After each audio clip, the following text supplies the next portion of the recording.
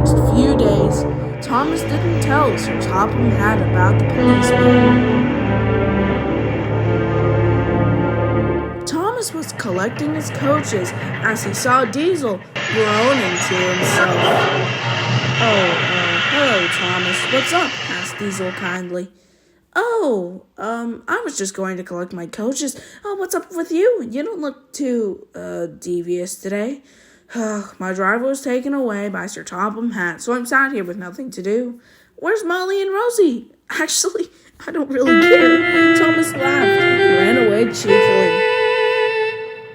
Diesel groaned and rolled his eyes. That night at the sheds, Thomas spread the news about Diesel. Diesel actually greeted me into the yard nicely for once, said Thomas. The engines were shocked. Maybe he's changed for the better, replied Emily. That's impossible. You can't trust a Diesel or Diesel. They're no good, said Duck sternly. I don't know, Duck. Maybe he's actually changed, said Emily.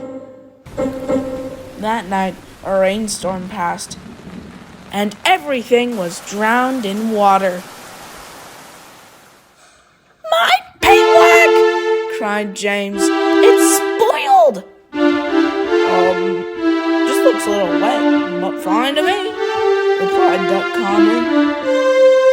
Last night, Birdie was repaired, so I don't have to worry about being stopped illegally anymore, said Thomas happily.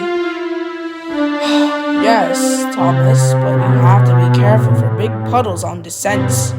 You could get wet and your fire will go out. Don't worry, Duck. I'll be fine. He got fired up and left his shed. At least I'll find you in the big puddle too. I won't. Oh, not funny, Thomas, said Duck angrily. Don't mention it. To the others in the pond. Duck rolled his eyes. Help! Told you so, Thomas. I've learned my lesson to listen to ones with experience. You should too. I hope that doesn't happen. Along his branch line, he could only think about Sir Topham Hatt figuring him out. He stopped paying attention very, very quickly.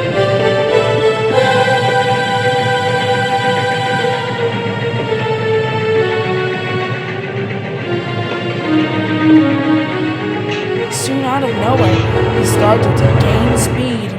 Thomas ran through the station. He went up a hill that would lead to the Farquhar Quarry descent. Thomas's driver applied the brakes. Stop, Thomas, stop! You're headed for the quarry descent, yelled his driver. But Thomas was stuck in his thoughts, and it all happened at once. Thomas's fire was drenched and his coaches were all wet. The passengers were cross and they all started arguing at once.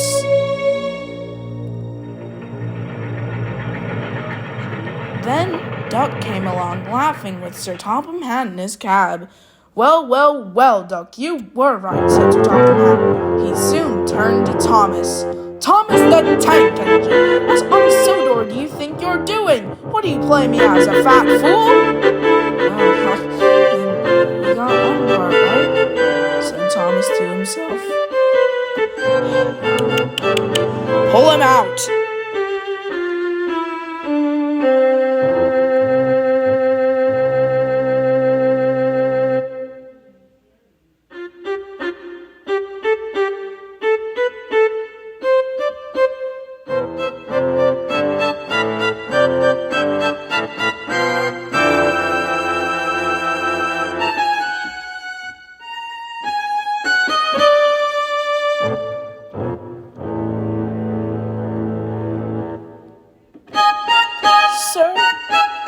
Before you say anything, Thomas, I already know what happened with the policeman, and I asked him to take off your strike, but after today, I don't know.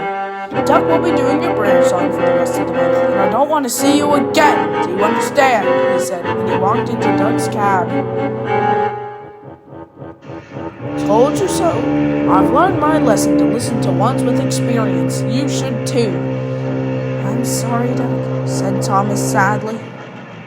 Oh, don't mention it.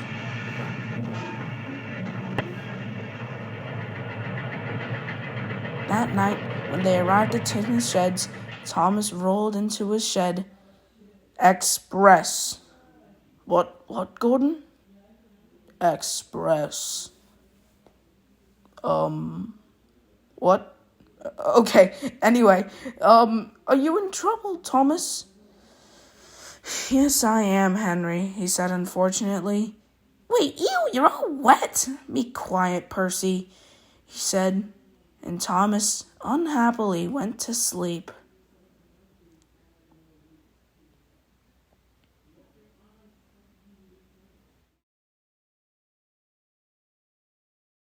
When he woke up again that night, he thought to himself,